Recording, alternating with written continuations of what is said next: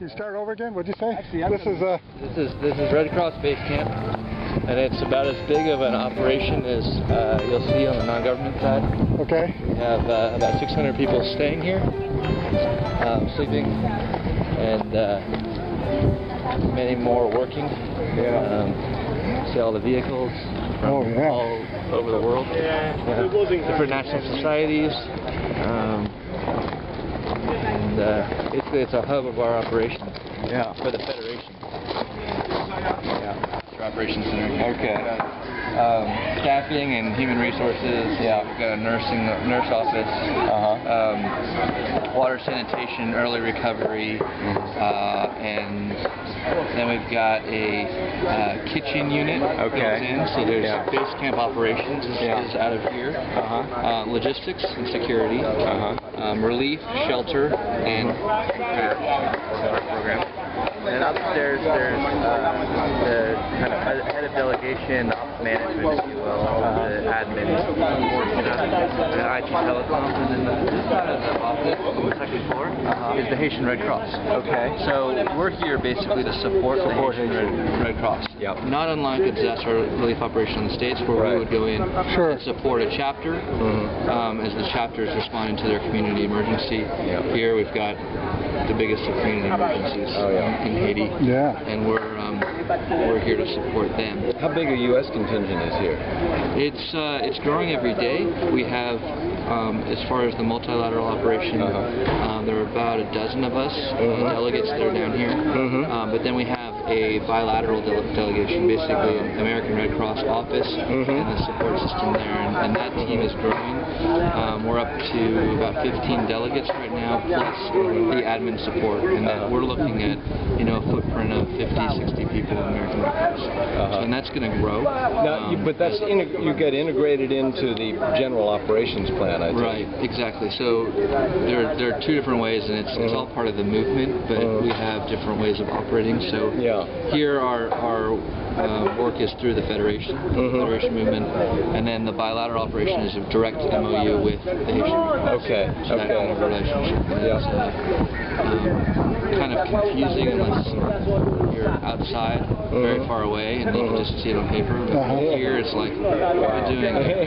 So the easiest way I like to describe it is if you're wearing a red vest, you see this symbol, this is the Federation, and then our bilateral folks are wearing a blue vest.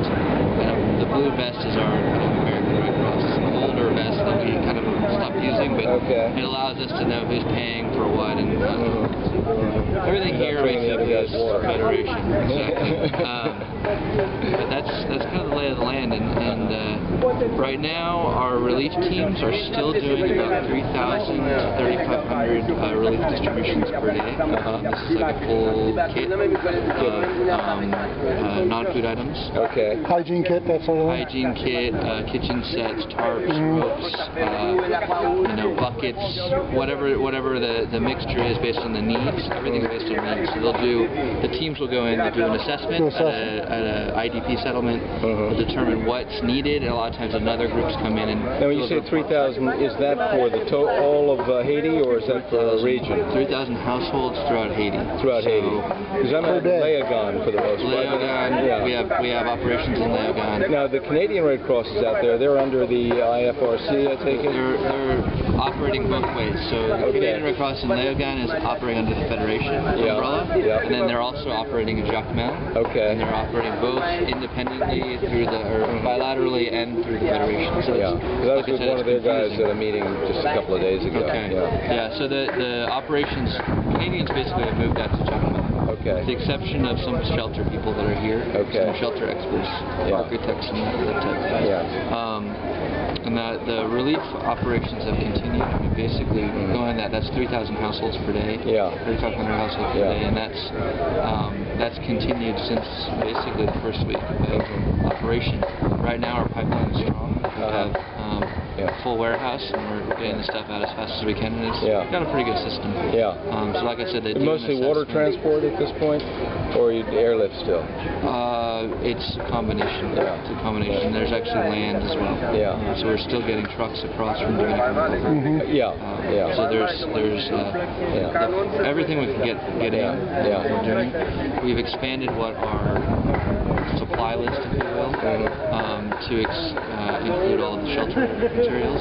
So we have. Now, is the IFRC is actually taking sort of management ownership of some of the camps, I expect. I certainly see your flag on a number of them, or signage. We actually, the Federation's not managing any camps. Not managing, okay. They just have a presence there and just services. If you see a Red Cross in a camp, it's usually because some services are being provided there. The services that are typically provided with a flag like that would be water and sanitation services, so water bladders, latrines, and drainage systems for the camps, and then additionally, sometimes there's still, I think, 2 or 3 field hospitals operating, Red Cross field hospitals, and those would fly flags so people knew where to go. When we do a relief distribution, we may have, a very constant day. But when we leave, we leave. We don't leave something behind that says we're coming back or anything of the sort, because we want to make sure expectations are managed pretty effectively. The way we work is pretty unique to Haiti. The Red Cross movement has agreed on a delivery methodology for relief. Because we are guided by our principles, we are not able to use armed security or military protection. So we work really in a community-based method. We go into the community, in this case a settlement, and we talk to the leaders and the committees that have been set up, and explain to them, in order for us to have an effective and secure delivery of goods to the people who need it, we need their help. So help us help you, basically, is our strategy. And so the groups who come in, they develop their own security team, and they help us to make sure that the delivery happens in a safe and orderly manner. It's pretty impressive to see. Because how many camps have you are dealing with now? We have done distributions at over, I don't know the place, but over 250 camps. There are 460 camps in Port-au-Prince alone. 460, wow. Today, there's 460 in Port-au-Prince alone, and then throughout the country there's over 500. And that doesn't count those that are just kind of popped up on parking lots? That's where those numbers include. Okay. Includes all of them. Sorry, 460s in this area and 500 additional? It's well over 500 nationwide. When I was here for my first visit in February, the number was 508 campuses nationwide.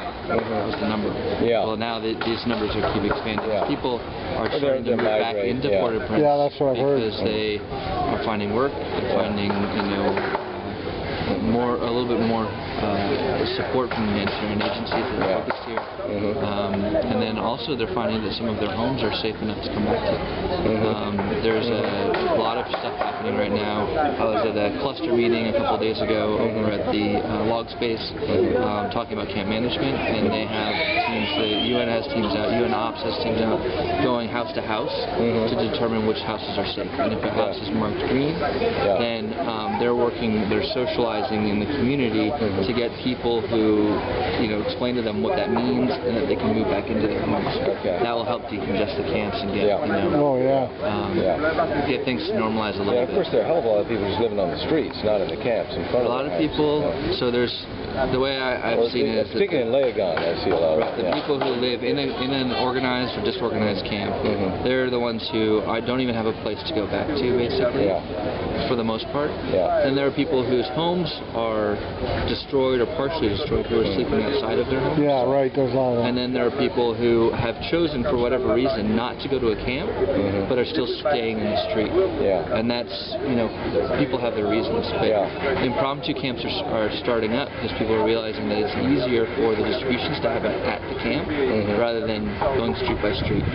So unless an NGO or any organization is doing relief is able to focus on a single community and stay there and keep focusing on the community, they're not able to go up and down all these streets.